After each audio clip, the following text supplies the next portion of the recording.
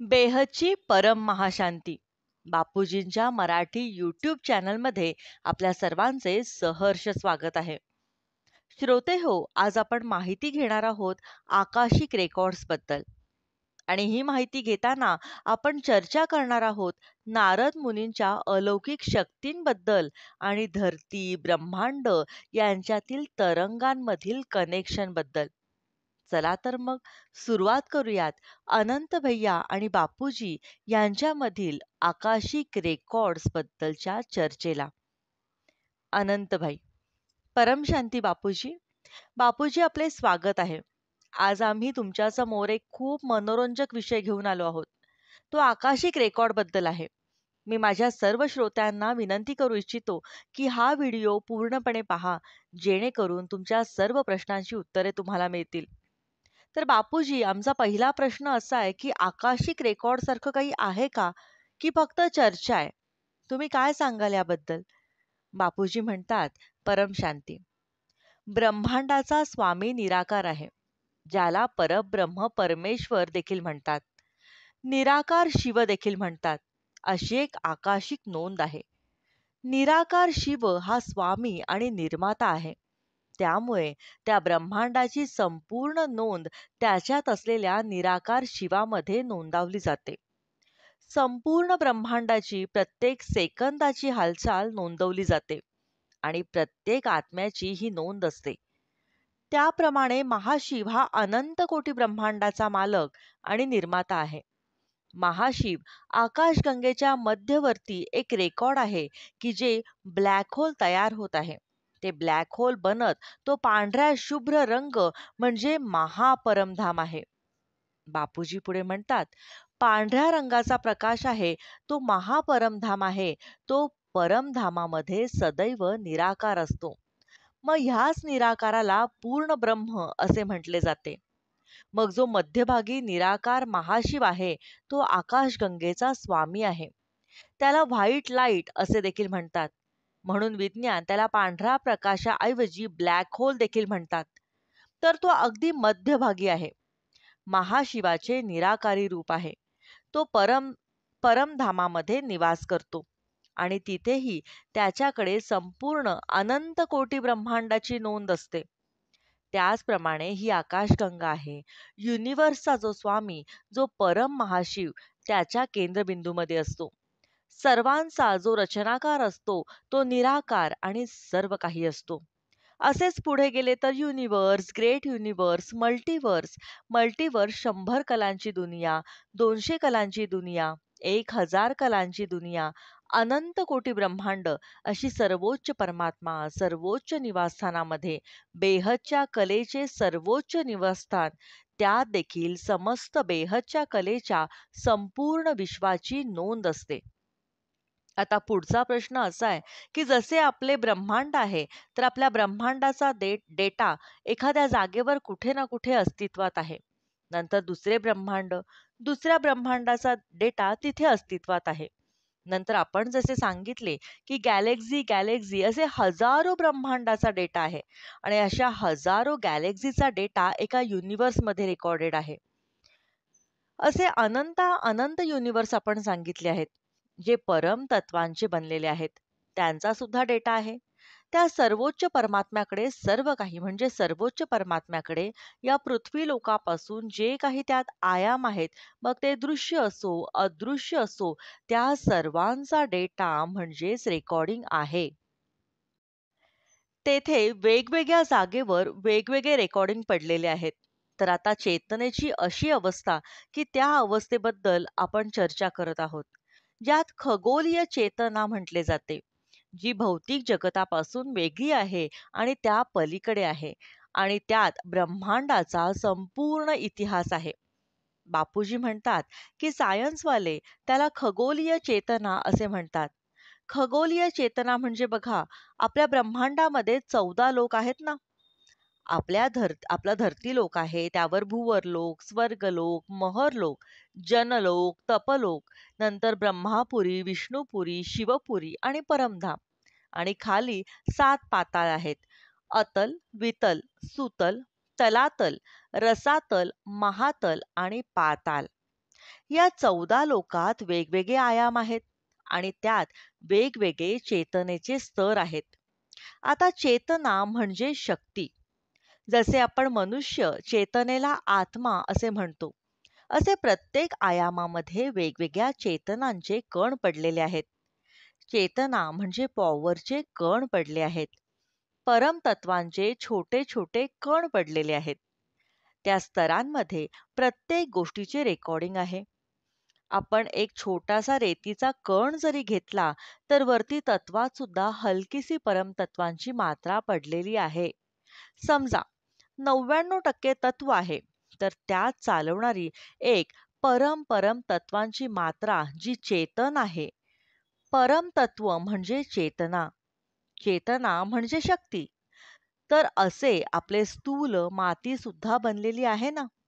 मातीचा एक कण म्हणजे ॲटम झाला ना, तर एक ॲटम मध्ये सुद्धा प्रोटॉन, न्यूट्रॉन, इलेक्ट्रॉन असतात. जर त्याला तोडले म्हणजे फ्यूज केले, तर त्याच्यामधून एक स्पार्क निघेल. आपण सुद्धा डायमेन्शन्स, तिसऱ्या डायमेन्शन्स बद्दल स्ट्रिंग थेअरीवर चर्चा करत आहोत ना. तर 10वा आयाम असेल तर आपले परमधाम म्हटले जाते. कळाले का? आपले परमधाम हे 10व्या आयामामध्ये येते. हे मी ह्या आधीच्या देखील व्हिडिओमध्ये सांगितले आहे.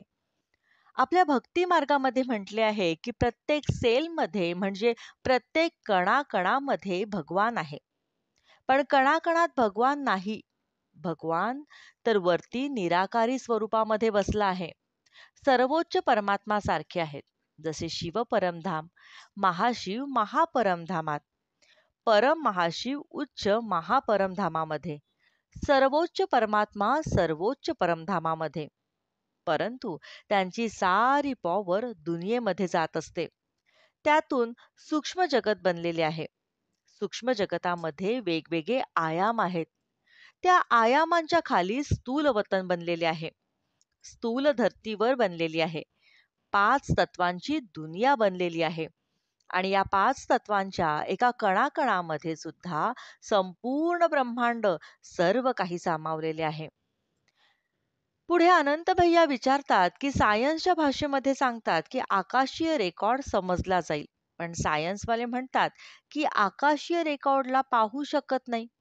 परंतु इलेक्ट्रोमॅग्नेटिकची फील्डची लहरी प्रत्येक ठिकाणी आहेत, ज्यात प्रत्येक डेटा असतो. हे एक संपूर्ण नेटवर्क आहे.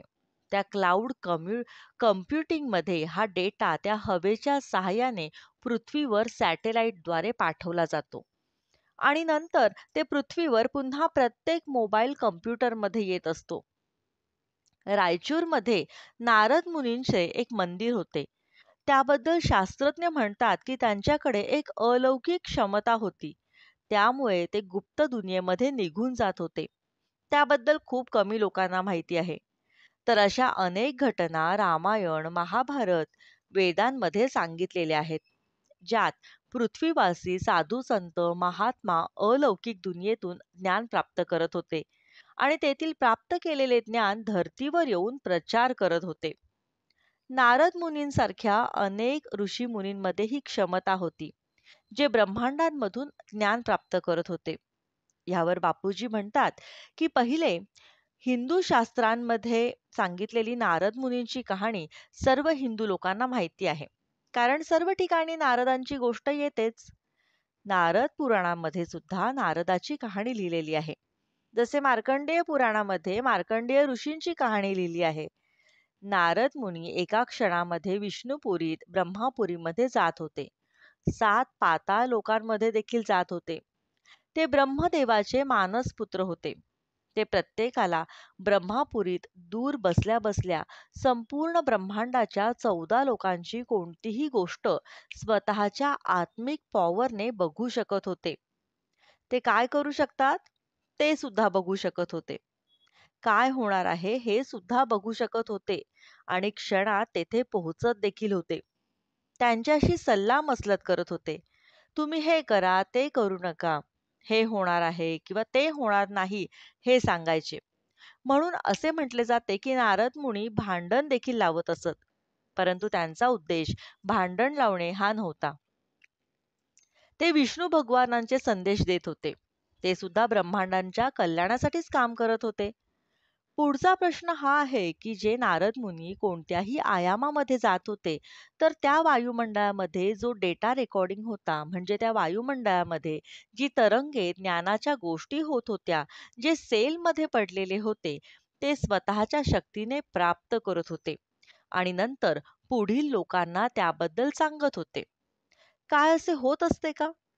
तर बापूजी म्हणतात, हो, जास्त करून आपल्या ब्रह्मापुरी जे राहत होते, याच ब्रह्मापुरीचा लोक डायमेन्शन किंवा लेअर म्हणतात. तो थोडासा हाय पॉवरचा आहे.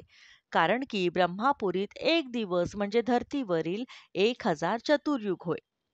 तर ती किती पॉवर असेल? तर एवढ्या डायमेन्शनमध्ये राहून सुद्धा खालील गोष्टी ते पाहू शकत होते. फक्त धर्तीवर नाही तर धर्तीखालील 7 पातालोकातील सुद्धा घटना त्यांना दिसत असे. ते बघायचे, ऐकायचे आणि त्यांचे भविष्य काय आहे हे सुद्धा बघायचे. पुढचा प्रश्न आहे की धरती लोकातील सारा डेटा हा ब्रह्मापुरीमध्ये संचित होत असतो का? यावर बापूजी उत्तर देतात की धरतीचा सारा डेटा धरतीवर रेकॉर्डिंग आहे. धरतीवरील डेटा वरती दुसऱ्या लोक, तिसरा लोक, चौथ्या लोक, पाचव्या लोक सर्व काही या सर्व लोकांमध्ये जात असतो. समस्त ब्रह्मांडाचे रेकॉर्डिंग हळूहळू करत करत वरती जात असते. हे रेकॉर्ड कोण घेऊन जात असते?